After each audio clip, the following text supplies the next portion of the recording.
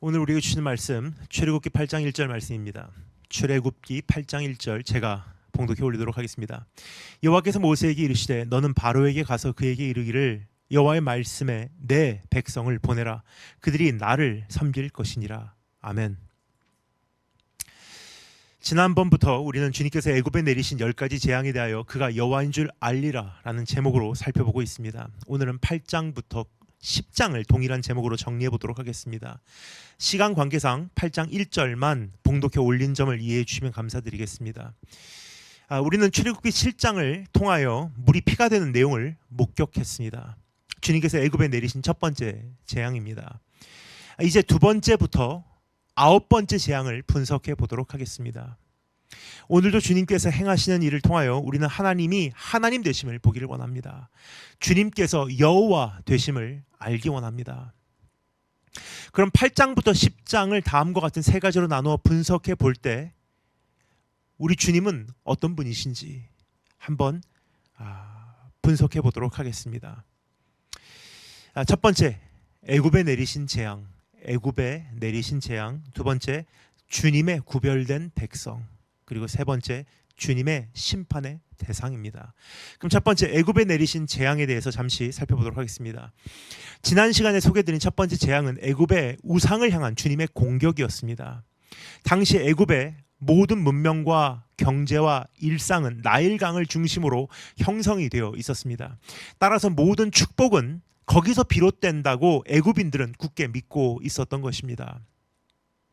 이와 같은 이유로 나일은 그들에게 있어서 신과 같은 존재였습니다. 그들은 나일강을 신격화하여 숭배하고 있었던 것입니다. 아피스라는 나일강의 신, 아시스라는 나일강의 여신, 크눔이라는 나일강의 수호자를 그들은 섬겼던 것입니다. 그런데 순식간에 주님은 그 나일강에서 악취가 나게 하셨으며 그 강이 쓸모없게 하셨습니다. 더 나아가 그 강뿐만 아니라 애굽의 모든 물이 피가 되게 하셨습니다. 이 재앙을 통하여 주님이 거룩하신 여호와 되심을 나타내신 것입니다. 예나 지금이나 주님은 우리의 우상을 부끄럽게 하시는 분이십니다. 우리 우상의 가면을 벗기시고 그 정체를 들추어내시며 그 무능력함을 폭로하시고 계십니다. 그 돈이 너를 정말로 행복하게 해줄 수 있다고 생각하냐? 봐라. 그 가정이 너의 모든 것을 채워줄 수 있다고 생각하냐? 봐라. 네 건강이 항상 너를 지켜줄 수 있다고 생각하냐? 봐라. 하시면서 우리가 우상 삼은 것들을 가면을 벗기시고 그 정체를 들추어내시며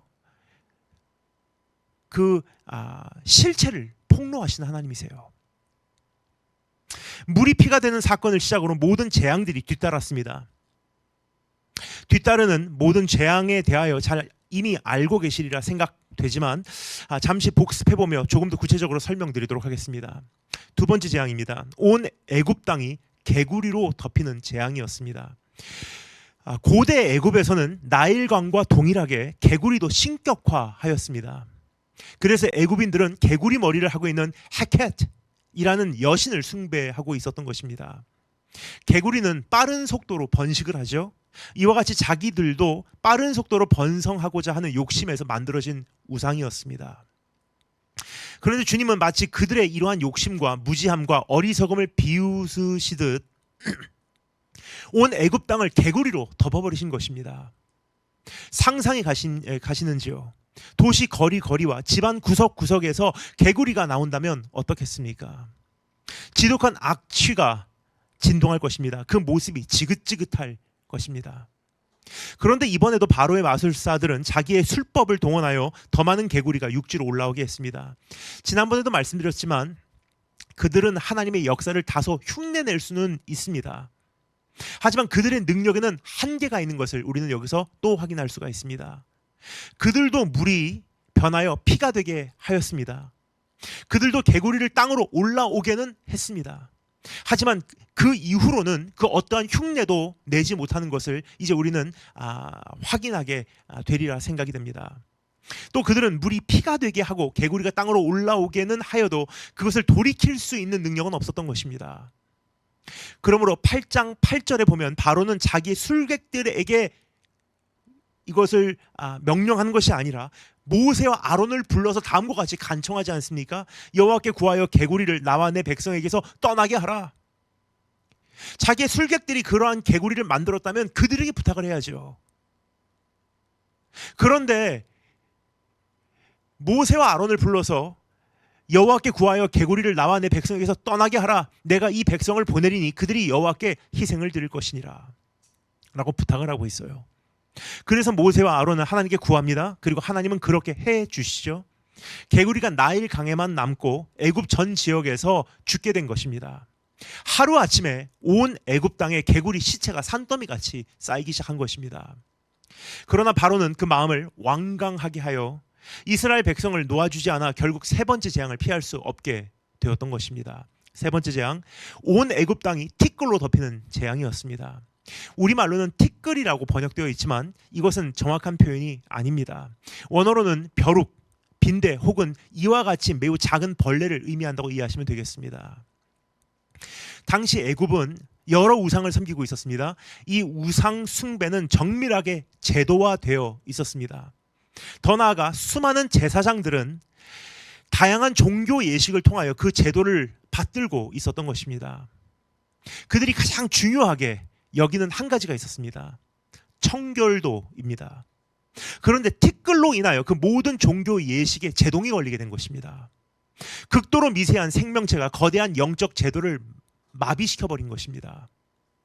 더 흥미진진한 것은 이번에는 바로의 마술사들은 이 사건을 복제할 수가 없었다는 점입니다. 오히려 다음과 같이 인정하죠. 8장 19절 말씀, 술객이 바로에게 고하되 이는 하나님의 권능이니이다 하나. 여기서 기가 막힌 표현이 표현됩니다. 권능이라고 우리말로는 번역이 되어 있는데 영어는 원어를 잘 번역합니다. It is the finger of God. 하나님의 손가락이래요. 그러니까 하나님께서 손가락을 까딱 하셨는데 온 애굽 땅이 티끌로 덮여버린 거예요. 하나님께 손가락만 까딱 하셨는데 이 세상에서는 괴롭다고 하나님께 부르짖기 시작하는 것입니다. 아무리 무지해도요, 하나님께서 하시는 일은 사람들이 인정할 수밖에 없는 그러한 역사가 아닌가 생각이 됩니다. 술객이 바로에게 고하되 이는 하나님의 권능이니이다. 바로의 마음이 강팍해 되어 그들을 듣지 아니하였으니 여호와의 말씀과 같더라. 그래서 주님은 네 번째 재앙을 진행하셨습니다. 네 번째 재앙, 온 애굽 땅이 파리로 덮이는 재앙이었습니다. 방금 살펴본 티끌이라는 단어와 마찬가지로 파리라는 단어도 정확한 번역이 아닙니다. 여기서 사용되는 원어는 아럽이라고 하는 표현인데 이것은 벌떼와 모기떼와 같은 무리를 의미합니다. 그래서 여러 신학자들은 이것은 아마도 파리가 아니라 모기떼였을 가능성이 높다고 생각을 하고 있습니다. 어찌되었든 한 가지는 분명합니다. 이번에도 애굽의 모든 종교 예식이 멈춰지게 되었다는 사실입니다.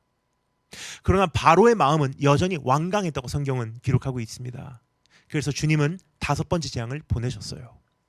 다섯 번째 재앙, 온 애굽 땅에 생축이 죽어나가는 재앙이었습니다. 9장 3절에 보면 다음과 같이 기록하고 있습니다.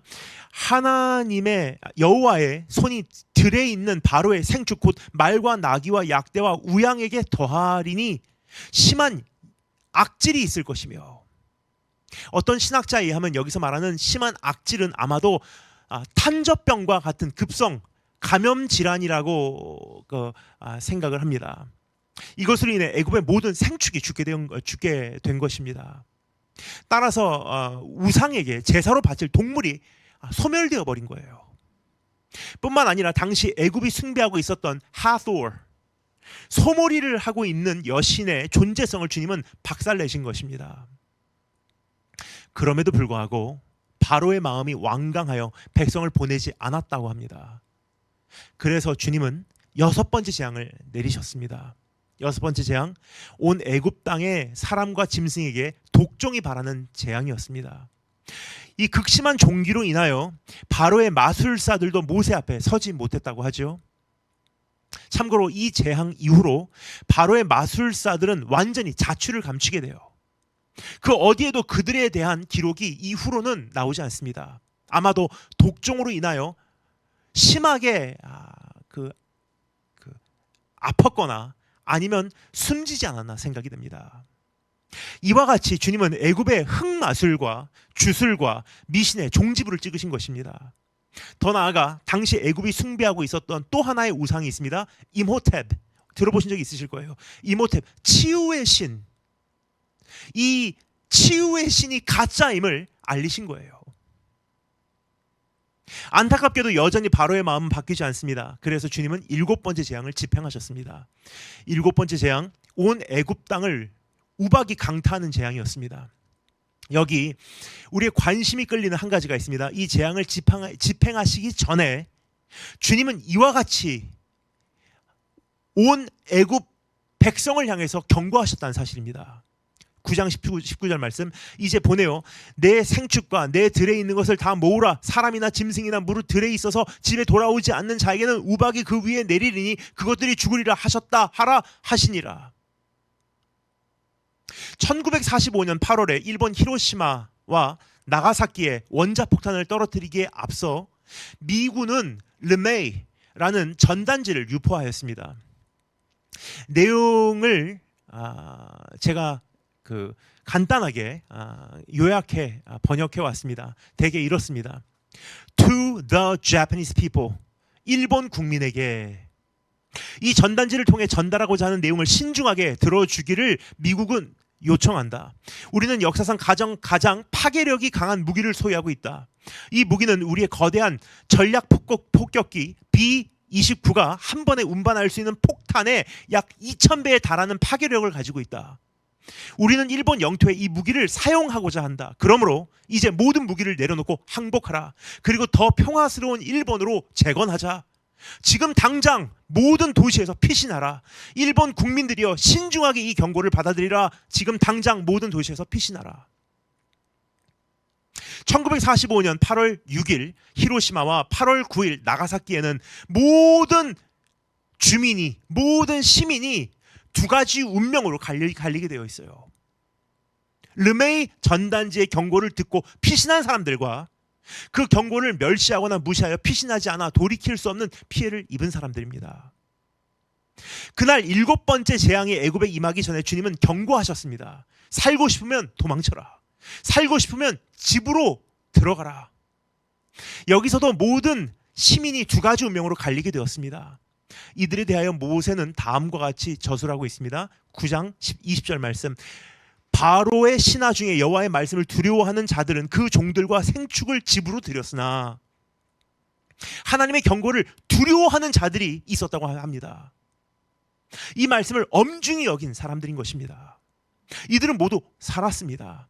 하지만 그렇지 않은 사람들도 있었습니다. 9장 21절. 여호와의 말씀을 마음에 두지 아니하는 자는 그 종들과 생축을 들에 그대로 두었더라. 하나님의 경고를 마음에 두지 아니하는 자, 그런 사람들이 있었다고 기록하고 있죠. 그날 이들은 모두 죽임을 당했어요. 여러분, 주님의 경고를 엄중히 여기는 것이 사는 길이에요. 하나님은 끊임없이 이와 같은 경고를 우리에게 보내실 때가 있어요. 조심해라. 큰일 난다. 이제 정말 큰일 난다. 주님의 말씀을 듣고 두려워하면 사는 거예요. 가볍게 여기지 않고 엄중히 여기면 사는 거예요. 온 애굽 땅에 하나님은 천둥과 번개와 우박과 불덩어리를 쏟아부으셨어요. 이러한 천지지변을 통하여 사람과 동물과 나무와 곡식과 채소를 다 내려치신 것입니다. 무엇보다 하늘의 여신으로 알려진 누트라는 우상의 무능력을 온 천하에 알리신 것입니다. 여기서 한 가지만 더 짚고 넘어가도록 하겠습니다. 지금까지 보신 바와 같이 하나님은 단순히 바로를 심판하고 이스라엘 백성을 해방시키고자 10가지 재앙을 애굽에 내리신 것이 아니라는 것을 우리가 확인할 수가 있습니다. 이미 위에서도 말씀드렸습니다만 주님은 애굽의 우상을 그냥 종목 우상 하나하나를 대적하셔서 주님께서 그 우상을 부끄럽게 하시고 가면을 벗기시고 그 정체를 들춰내시며 그 무능력함을 폭로하신 거예요. 이러한 우상을 숭배하는 제도를 마비시킨 것입니다. 애굽의 사회와 문화와 구석구석에 깊이 뿌리 내리고 우글거리는 흙마술과 주술과 미신을 퇴치하기로 하셨던 것입니다. 그리고 주님이 여호와 되심을 알리신 것입니다. 이와 같이 주님은 오늘도 우리의 우상을 향해 도전장을 던지고 계세요. 물론 우리가 금, 돌 혹은 나무로 만든 어떠한 형상 앞에 가서 절하고 있지는 않을 것입니다. 하지만 우리에게는 여러 가지 우상이 있는 줄 압니다. 존 켈빈은 말했습니다. 우리는 a perpetual factory of idols. 쉬지 않고 끊임없이 우상을 만들어내는 공장이래요. 우리의 인생의 계절마다 우상의 형태는 바뀌어요. 삶의 형편에 따라 우상의 모습이 다를 수는 있습니다. 또 직업과 취미에 의해 우상의 가면은 교체가 됩니다. 어렸을 때는 장난감, 친구, 공부가 우상이 될 수 있고 어른이 되면 돈, 명예, 지위가 우상이 될 수 있으며 어떤 이들에게는 이성이 또 어떤 이들에게는 가족이 우상이 될 수 있는 것입니다. 어떤 이들에게는 야망이 또 어떤 이들에게는 직장이 또 어떤 이들에게는 심지어 사역이 우상이 될 수 있는 것입니다. 그래서 우상이라고 하는 것은요, 사람마다 다 다를 수 있고요, 가면이 다 다르기 때문에 정말로 우리가 신중하게 살펴보지 않는 한 그 우상의 정체를 우리 밝혀내기가 쉽지가 않다는 거예요. 그리고 하나의 우상을 제거해도요, 다른 우상이 우리 삶 속에서 만들어진다는 것입니다. 존 켈빈이 그래서 그런 말을 한 거예요. 우리는 끊임없이 우상을 만들어내는 공장이래요. 그렇습니다. 우상은 우리가 이미 너무나 잘 알고 있듯이 우리가 하나님보다 소중하게 여기는 모든 것, 우선으로 삼는 모든 것, 신뢰하고 의지하는 모든 것입니다. 우리의 생각을 주도하고 우리의 정신을 압도하며 우리의 말과 행동을 다스리는 모든 것 말입니다. 그것이 어렸을 때와 어른이 돼서 똑같은 우상을 가지고 있다고는 생각을 안 해요. 하지만 우상의 본질은 똑같은 거예요. 주님은 우리 안에서 이러한 우상을 제거하기를 원하십니다. 그러기 위해서 그 우상이 우리를 구원할 수도 없고 지켜줄 수도 없으며 만족시켜 주지도 못한다는 사실을 끊임없이 알려주시는 거예요. 그 하늘의 신을 봐라. 그 번성의 여신을 봐라. 나일강의 신들을 봐라. 너희를 지켜주냐? 그거 아무것도 아니다. 이러한 주님의 깨우치심은 우리에게 고난으로 때로는 여겨져요. 왜냐? 증명을 하시니까 그것이 아무것도 아니라는 것을 들춰내실 때 그것이 우리에게는 고난으로 오는 거예요. 돈이 나를 못 지켜주네? 죽음 앞에서는 정말 이거 아무것도 아니네? 무기력함으로 경험이 되고요. 때로는 의지할 곳이 없어 밤을 지새우는 경우가 생긴다는 것입니다. 때로는 시련으로 느껴지고 인생의 풍랑과 천둥과 번개와 우박과 불덩어리로 우리 삶에 다가오는 거예요. 그러니 이제는 분명히 보기를 원합니다. 오직 주님만이 하나님 되심을, 오직 주님만이 전능자 되심을, 오직 주님만이 여호와 되심을 알기 원합니다. 8번째 재앙, 온 애굽 땅이 메뚜기로 덮이는 재앙이었습니다. 9장 24절에서 애굽 개국 이래로 그 같은 천지지변은 없었다고 하죠. 그러한 자연재해 앞에서도 바로는 마음이 강팍하여 이스라엘 백성을 놓아주지 않았습니다. 하늘에서 우박이 떨어지고 불이 떨어지고 천둥 번개가 치는데 애굽이라는 나라가 생긴 이래로 그런 천지지변은 있었던 적이 없는데 바로는 끝까지 마음을 완고하게 하고 그 백성을 놓아주지 않았던 것입니다.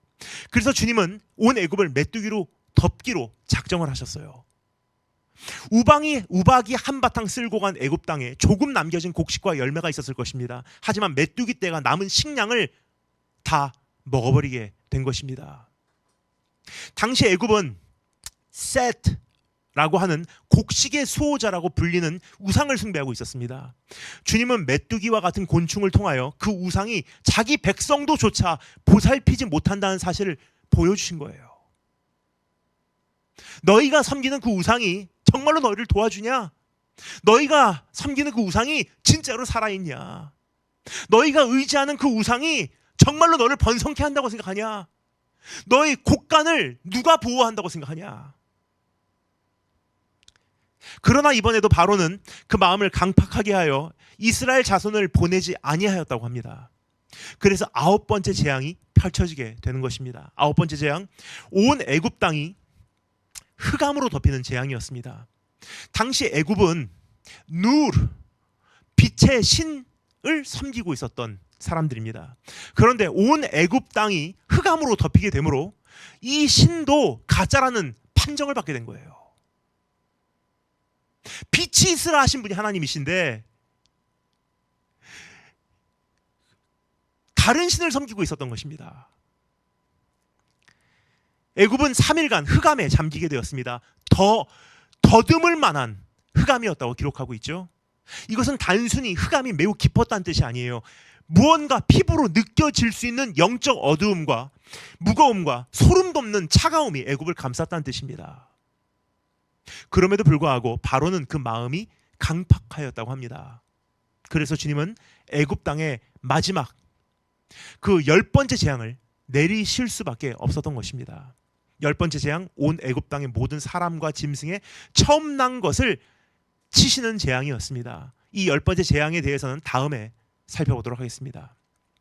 자, 우리는 지금까지 주님께서 애굽에 내리신 재앙을 한 가지 짧게씩이나마 분석해 왔습니다.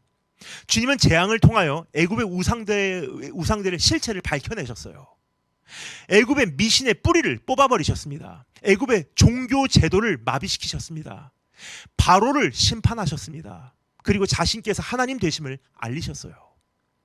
근데 주님의 이러한 이 엄청난 아젠다, 주님의 이 목적은요, 여전히 현재 진행형이에요. 우리의 삶에도 주님께서 개입하셔서 그 일을 지금 진행하고 계시다는 거예요. 재앙의 형태는 조금씩 다를 수는 있어요. 왜냐? 우상의 형태가 다르기 때문에. 그러나 오늘의 삶에서도 우리 가운데 개입하셔서 그 정체를 밝혀내시고 들추어내시고 우리가 더 이상 그것들을 의지하지 못하도록 하는 이 풍랑과 우박과 천둥 번개와 이 엄청난 환난과 고난을 주시는 것은 똑같아요. 그럼 지혜로운 자는 어떻게 해야 하냐? 이게 아무것도 아니구나. 그 우상의 정체를 우상으로 인정하는 것부터 시작해야 되는 거예요. 하나님, 이거 내가 주님 외에 더 중요하게 여겼습니다. 하나님, 내가 우상을 숭배했습니다. 내 자녀가 우상이었습니다. 내 직장이 우상이었습니다. 내 건강이 우상이었습니다. 그 무엇을 소중하게 여기기보다 내 가정을 가장 소중하게 여기고 심지어는 그것이 주님보다 더 우선으로 여겨졌을 때가 많습니다. 때로는 내가 내 꿈을 접지 못했습니다. 내 욕심을 내려놓지 못했습니다. 등등 하나님 앞에서 먼저 그런 과정이 우리에게 있어야 할 줄 믿습니다. 그런데 이러한 연속되는 재앙 속에서도 주님은 자신의 백성을 성별하여 구별하여 지키시는 것을 우리가 잠시 살펴보기를 원합니다. 두 번째, 주님의 구별된 백성입니다. 우선 한 가지 여기서 주목해보고 싶은 것이 있습니다. 지난번에 살펴본 첫 번째 재앙과 다음에 살펴볼 마지막 재앙을 제외하고라도 8장부터 10장에서 오늘 본문 말씀 8장부터 10장까지 최소 10회 이상 반복되어 사용되는 표현이 있습니다. 내 백성이라는 표현이에요. 영어로는 my people, let my people go, let my people go. my people이라고 하는 표현입니다. 예를 들어서 8장 1절 여호와께서 모세에게 이르시되 너는 바로에게 가서 그에게 이르기를 여호와의 말씀에 내 백성을 보내라 그들이 나를 섬길 것이니라. 8장 20절 여호와의 말씀에 이르기를 여호와의 말씀에 내 백성을 보내라 그들이 나를 섬길 것이니라. 9장 1절 여호와께서 말씀하시기를 내 백성을 보내라. 9장 13절 내 백성을 보내라. 10장 3절 내 백성을 보내라 그들이 나를 섬길 것이라. mine이라는 거예요. 내 거라는 거예요. 더 나아가 호세아 11장 1절에서는 주님은 다음과 같이 이 애굽 사건들을 정리하시죠. 이스라엘에 어렸을 때 내가 그를 사랑하여 내 아들을 애굽에서 불러내었거늘. 이와 같이 주님은 자신께서 소유하신 백성에 대하여 분명하시고 정확하시고 열정적이시고 신실하신 분이십니다. 내 백성, 내 아들, 나의 것 지명하여 불렀나니 넌 내 것이라 그래요. 여러분, 사람도 자기 소유에 대해서 해픈 사람들이 있지만 그런 사람이라 하물며 할지라도 정말로 자기가 소중하게 여기는 것들이 있어요. 그것만큼은요, 누구에게도 위협당하는 것을 허락치 않습니다. 어떤 사람은 자기가 아끼는 자동차, 어떤 사람은 자기가 정말 소중하게 여기는 어떤 취미 시간이 있을 수 있지만 그것만큼은 누구에게 위협받기 싫은 거예요. 하나님께서 자신의 백성에게 뭐라고 말씀하십니까? 너는 자신의 눈동자래요. 하나님의 백성을 건드는 것은요, 하나님의 눈 속에 손가락 찌르는 거하고 똑같다는 거예요.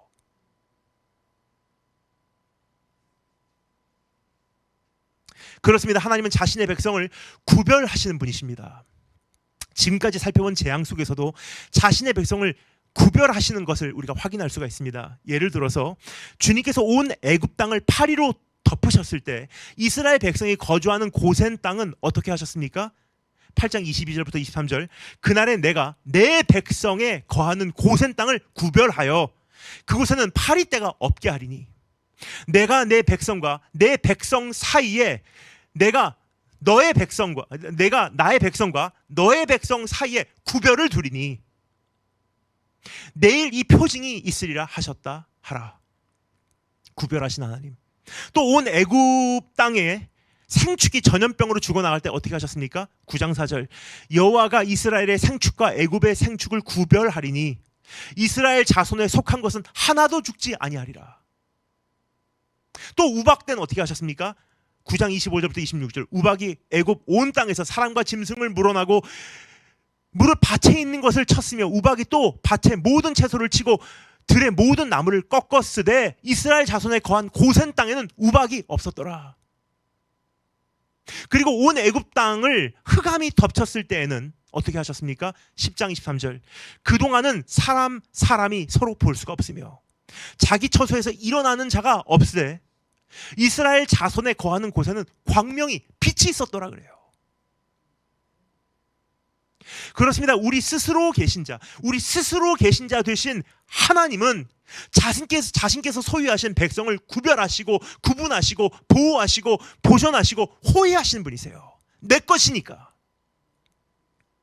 여러분, 우리가 하나님 안에서 그런 존재임을 알고 계십니까? 기억하고 계십니까?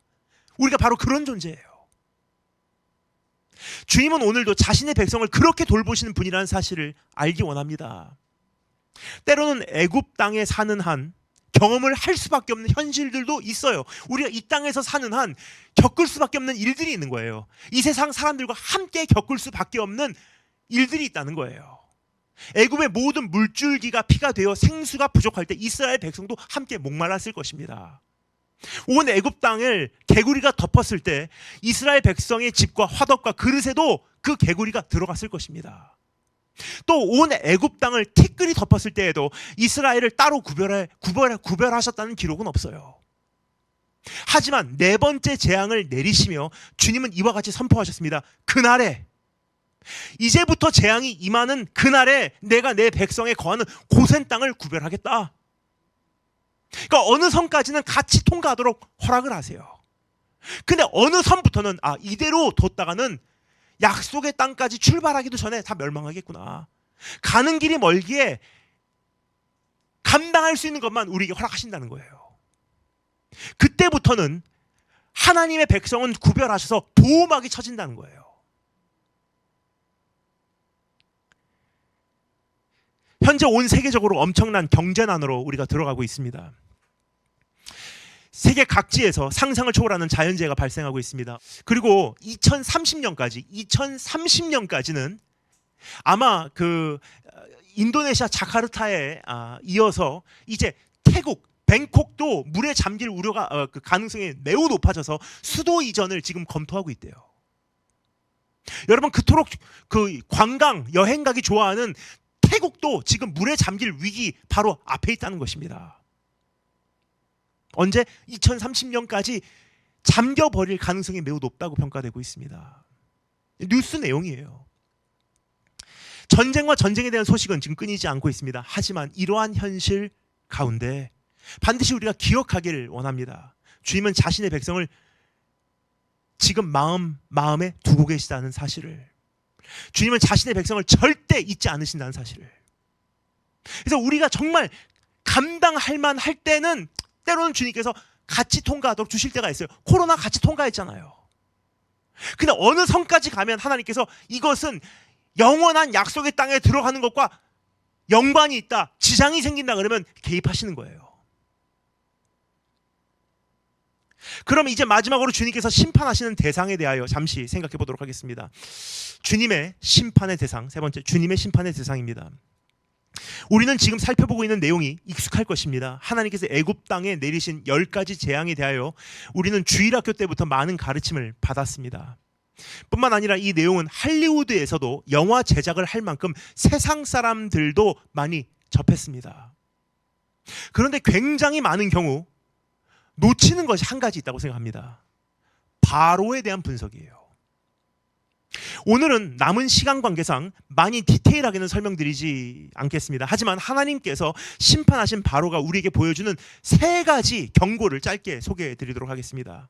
이 경고를 통해 혹시 바로의 모습이 우리 안에 있지는 않은지 스스로 진단하고 고민해 볼 수 있으면 좋을 것 같습니다. 하나님의 심판에 대상된 이 바로의 모습이 혹시 내 모습은 아닌지. 첫 번째, 바로의 모습, 그리고 그 모습을 통해서 나에게 경고하신 하나님의 음성입니다. 하나님께 속한 것을 알아보지 못하는 거예요. 이것은 조심해서 읽지 않으면 감지하기 어려운 것인데 잠시 설명해 드리도록 하겠습니다. 첫 번째부터 9번째 재앙에 이르기까지 백성이라는 단어가 약 27회 등장해요. 27회 등장합니다. 이미 위에서 말씀드렸듯이 하나님은 이스라엘 백성을 향하여 내 백성이라고 칭하십니다. 동시에 애굽인을 향하여 너의 백성, 내 백성, 어입니다. 내 백성이라고 칭하시며 자신의 백성과 바로의 백성을 너무나 확실하게 구분을 하세요. 자, 그런데 바로는 그렇지 않았어요. 7장부터 10장을 읽어보면 바로는 하나님께 속한 것과 자기에게 속한 것을 분명하게 구분짓지 못한다는 인상을 받습니다. 예를 들어 8장 8절에 보면 개구리가 애굽 전역을 덮었음에도 불구하고 전역을 덮었어요. 애굽 전체를 덮은 거예요. 근데 그는 이렇게 말하죠. 나와 내 백성에게서 개구리가 떠나가게 하라. 그렇게 모세에게 요청합니다. 여기서 그는 애굽인들에게서만 개구리가 떠나가게 해달라고 요청한 것이 아닙니다. 애굽 전역 구석구석에 개구리가 덮어 있는데 애굽 사람들에게만 애굽 사람들에게서만 개구리가 떠난다고 하여도 그게 무슨 소용이 있겠습니까? 그는 온 애굽에서 개구리가 떠나게 해달라고 부탁을 하고 있었던 것입니다. 그런데 그의 표현을 한번 더 들어보실래요? 나와 내 백성에게서 개구리가 떠나게 하라. 그는 착각 속에 빠지고 있었던 거예요. 이스라엘 백성이 내 노예, 내 종들, 내 백성이라는 거예요. 모든 재앙이 집행되는 내내 바로는 이런 식으로 말을 합니다. 이런 식으로 생각을 하였다는 것입니다. 하나님께 속한 것을 알아보지도 못하고 인정하지도 않고 내어드리지도 않은 거예요. 지금 우리가 살펴보고 있는 10가지 재앙에 대한 기록을 통하여 하나님께 속한 것을 끝까지 내어드리지 않으려고 하는 바로의 모습을 우리가 목격할 수가 있습니다. 이것이 바로가 하나님의 심판의 대상이 될 수밖에 없었던 큰 이유입니다. 끝까지 내어드리지 않는 것, 하나님께 속한 것. 주님께서 이건 내 것이라고 말씀하시는데 안 내어드린다는 것은요, 뭡니까? 도둑이든지 굉장히 불공정한 사람이든지 이거는 말이 안 되는 거예요. 이거 내 건데요. 그러면 보통 어떻게, 아 그래요? 이거 여기 돌려드릴게요. 길거리 가다가 우리가 지갑을 주어도요, 주인이 나타나서 이건 내 건데요 그러면요 돌려주게 돼 있어요. 길을 가다가 자기 신용카드를 어떤 신용카드를 주셨는데 그 준 신용카드를 사용하면 그건 불법입니다, 여러분. 하물며 자녀는 어떻습니까? 그 놀이공원에 가서 내 아들을 잃어버렸어요. 근데 어떤 사람이 그 아들을 데리고 맛있는 것도 사주고 데리고 가다가 부모가 와갖고 만납니다. 이거 우리 애기, 우리 아이예요. 감사합니다. 그럼 뭐라고 합니까? 예, 괜찮습니다. 잘 데리고 가십시오. 그게 당연한 거 아닙니까? 근데 부모가 나타났는데 끝까지 이거는 안 돌려주겠다고 하는 건 뭡니까? 유괴예요, 유괴. 범죄입니다.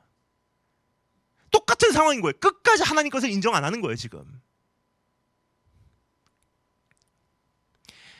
우리도 조심하기 바랍니다.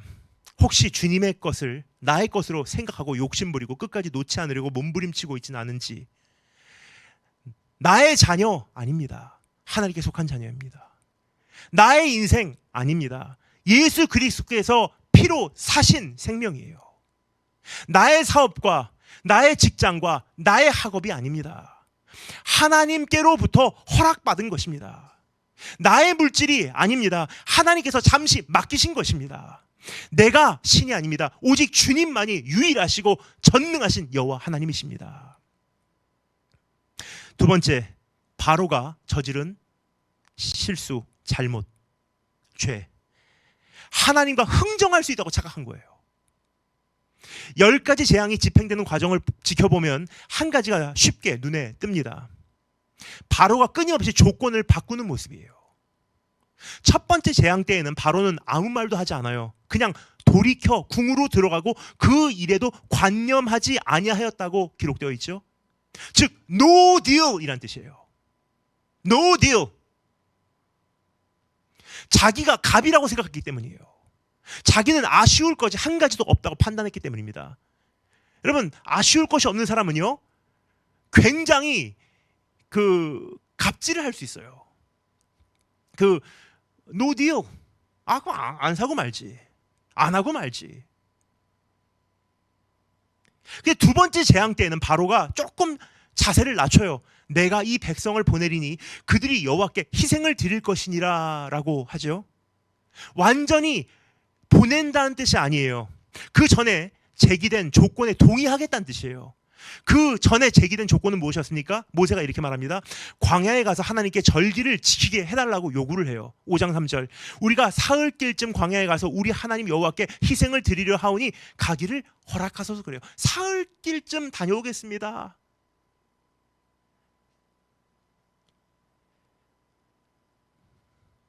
그런데 바로가 뭐라고 말합니까? 그래, 그것만 다녀와라. 그냥 네 번째 재앙 때에는 바로는 또 조건을 바꿉니다. 너희는 땅에서 이 땅에서 너희 하나님께 희생을 드리라 그래요. 그냥 제사를 드리는 것까지는 허락해 줄 테니 어디도 가지 말고 애굽에서 하라는 뜻이에요. 그런데 모세가 그 제안이 불가하다고 이야기를 하죠.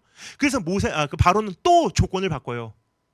새로운 조건을 만들어냅니다. 너희 하나님께 광야에서 희생을 드릴 것이나 너무 멀리 가지는 말라 그래요.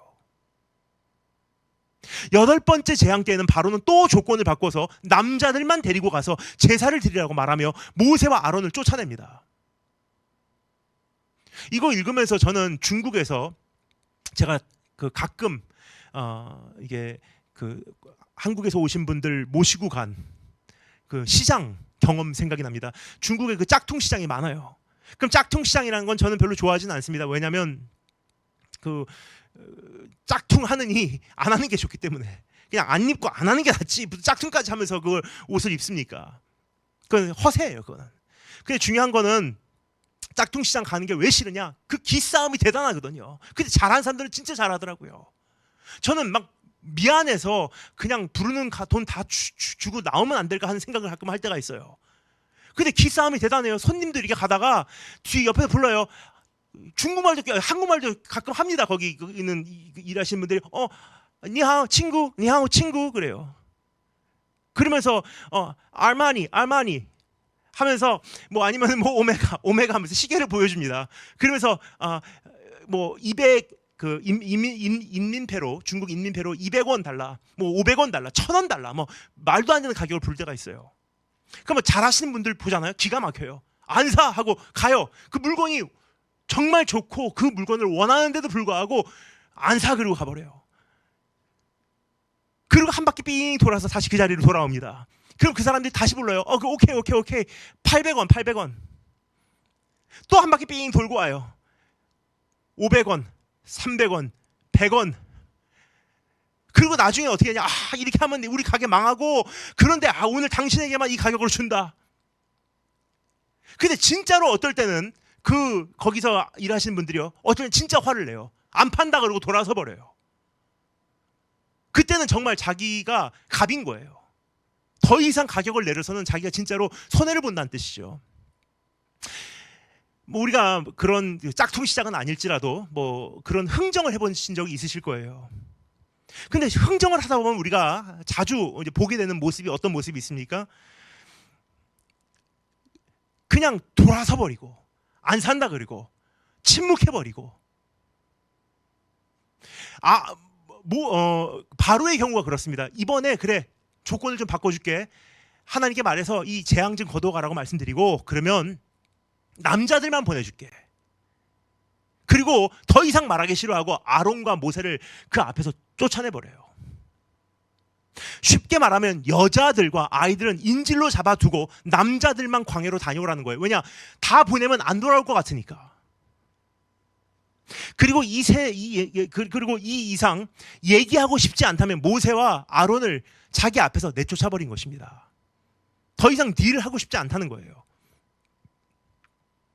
자 그런데 9번째 재앙 때에는 바로가 이렇게 흥정하라고 합니다.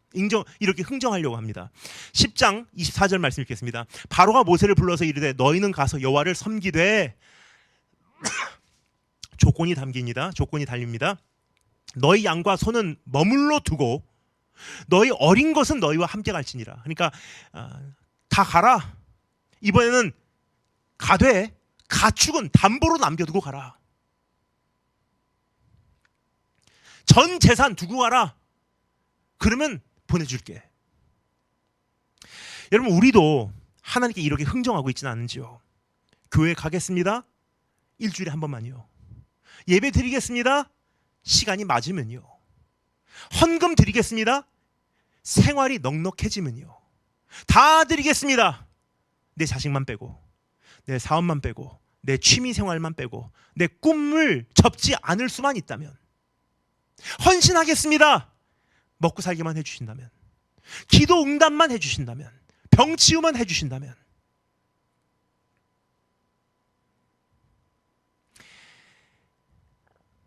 여러분, 하나님과 흥정을 한다는 자체가 우리가 하나님을 향해 어떤 레버리지, 지렛대를 행사할 수 있는 무언가를 가지고 있다고 착각하고 있다는 방증이에요. 위에서 이미 말씀드렸듯이 모든 것이 하나님의 것입니다. 우리 것은 한 가지도 없습니다. 따라서 흥정할 수 있는 카드도 우리에게는 없다는 뜻이에요. 주님께 온전히 굴복해야 될 존재일 뿐이에요. 그래서 모세가 말합니까? 그 어떤 것도 남겨주지 않는데요. 그 어떤 것 하나도 남겨두지 않고 우리는 다 가야 된대요. 가축, 어린아이, 거기서 자기네들이 얻은 종까지 다 데리고 애굽을 탈출하지 않으면 안 가겠다는 거예요. 여러분, 하나님이 이렇게 섬기는 거예요. All or nothing이에요. 전체를 들여서 우리가 하나님을 향해서 달려가냐, 아니면 부분적으로만 드리냐예요. 부분적으로 드리는 것은 부정한 제사로 주님께서 거절하신 제사입니다. 셋째, 바로가 잘못한 것, 하나님께 진정성 없이 회개하는 것입니다. 10가지 재앙이 진행되는 가운데 바로는 몇 차례 회개를 하는 것 같이 비춰지기는 해요. 몇 차례 회개를 합니다. 이스라엘을 보내지 않는 자기의 판단을 후회하고 하나님과 끊임없이 흥정하고 회개를 반복한 것입니다. 예를 들어 9장 27절부터 28절에 보면 바로는 다음과 같이 말하죠. 이번은 내가 범죄하였노라. 기가 막힌 표현. 이번에는 내가 범죄하였노라. 여호와는 의로우시고 나와 나의 백성은 악하도다. 여호와께 구하여 이 뇌성과 우박을 그만 그치게 하라. 내가 너희를 보내리니 너희가 다시는 머물지 아니하리라. 그런데 또 마음이 강박하게 되고 약속을 지키지 않습니다. 하지만 10장에 넘어가서 보면 그는 또 회개하는 모습을 우리가 볼 수가 있습니다. 10장 16절부터 17절. 내가 너희 하나님 여호와와 너에게 득죄하였노니 청컨대 나의 죄를 이번만 용서하고 나의 하나님 여호와께 구하여 이 죽음만을 내게서 떠나게 하라. 여러분, 이 회개 내용이 왠지 익숙치 않습니까? 우리는 얼마나 많이, 얼마나 자주, 얼마나 가볍게 이런 기도를 해왔는지, 우리는 얼마나 오랫동안 이런 회개를 해왔습니까? 바로의 회개는 진실되지 않았어요. 바로의 회개는 자기 눈앞에 펼쳐지고 있는 상황을 수습하고자 했던 도구에 불과합니다. 이건 회개가 아니에요. 그의 고백은 진정성이 없는 회개인 것이 너무나 뻔뻔하지만 참 기가 막힌 것은요, 이 진정성 없는 회개, 착한 뻔뻔한 회개지만 하나님께서는 그것을 들어주셨어요. 모세의 기도를 들어주신 하나님이세요. 그 기도를 들으시고 매번 그런 뻔뻔한 진정성이 없는 회개이지만 하나님께서 그 기도를 들으시고 그 중보를 들으시고 매번 재앙을 거두어 가셨어요. 그런데 문제는 당장 눈앞에 벌어진 상황이 수습되는지가 아니었다는 점입니다. 중요한 것은 이러한 가짜 회개가 매번 반복될 때마다 바로의 마음은 점진적으로 더 강팍해지고 완고해져 갔다는 점입니다. 그렇습니다. 주님은 우리의 회개를 들어주세요. 우리의 죄를 용서해 주십니다. 그리고 적지 않은 경우 우리의 죄로 인해 저질러진 문제 속에서도 굉장히 많이 우리를 건져주세요. 그런데 진짜 중요한 것은요, 우리가 죄와 회개를 매번 반복할 때마다 우리의 양심과 정신과 영혼이 악화되게 되어 있다는 거예요. 죄는 저지르기 쉬워지고 회개는 점점 가벼워지고 회개는 점점 단축되며 두려움과 죄책감은 서서히 사라지고 하나님과 약속을 깨트리는 것이 당연해지고 익숙해지는 것입니다. 그리고 변명하고 정당화만 성하게 돼 있어요. 아, 인간이니까, 사람이니까, 실수니까 이럴 수도 있지. 여러분, 바로의 모습이 우리 안에도 있습니다. 저도 이런 기도를 얼마나 많이 해봤는지 몰라. 하나님 용서해 주세요. 2번 다시 안 하겠습니다. 좀 상황이 좋아지면 언제 그랬냐는 듯이. 근데 오랜 시간을 통해서 제 자신을 지켜보면 깨달았어요. 아, 회개는 그냥 용서받고 그 문제가 수습되는 것으로 끝나는 게 아니구나. 왜냐, 사람은 그것이 반복될 때마다, 그 사이클이 반복될 때마다 진짜로 바닥까지 떨어져서 땅을 치고 아픈 회개를 동반하지 않으면 그 사이클이 반복되게 돼 있어요. 근데 반복될 때마다 더 악화되고 더 양심은 화인 맞고 더 마음은 완고해지고,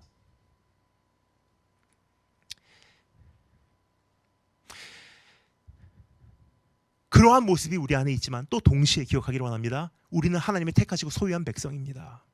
그래서 주님은 우리 안에 오셔서 오늘도 우상을 허물고 계세요. 더 나아가 바로를 통하여 우리 자신을 스스로 살펴보게 하시고 깨닫게 하십니다. 우리에게 이러한 기회를 주시며 하나님의 백성으로 참으로 살아가게 하시는 주님의 손길에 이젠 굴복하시기 바랍니다. 그러면 우리는 주님의 신실하신 손에 이끌려 저 약속의 땅으로 나아가 언젠가 입성하게 될 줄 믿습니다. 기도하겠습니다.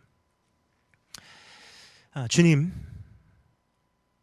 참 많은 내용이었지만 오늘 이 구절구절 사실 다 나누지도 못한 이 엄청난 진리의 말씀을 통해서 우리 자신을 살펴보고 하나님의 약속을 기억하며 주님의 신실함을 되새기게 되었습니다.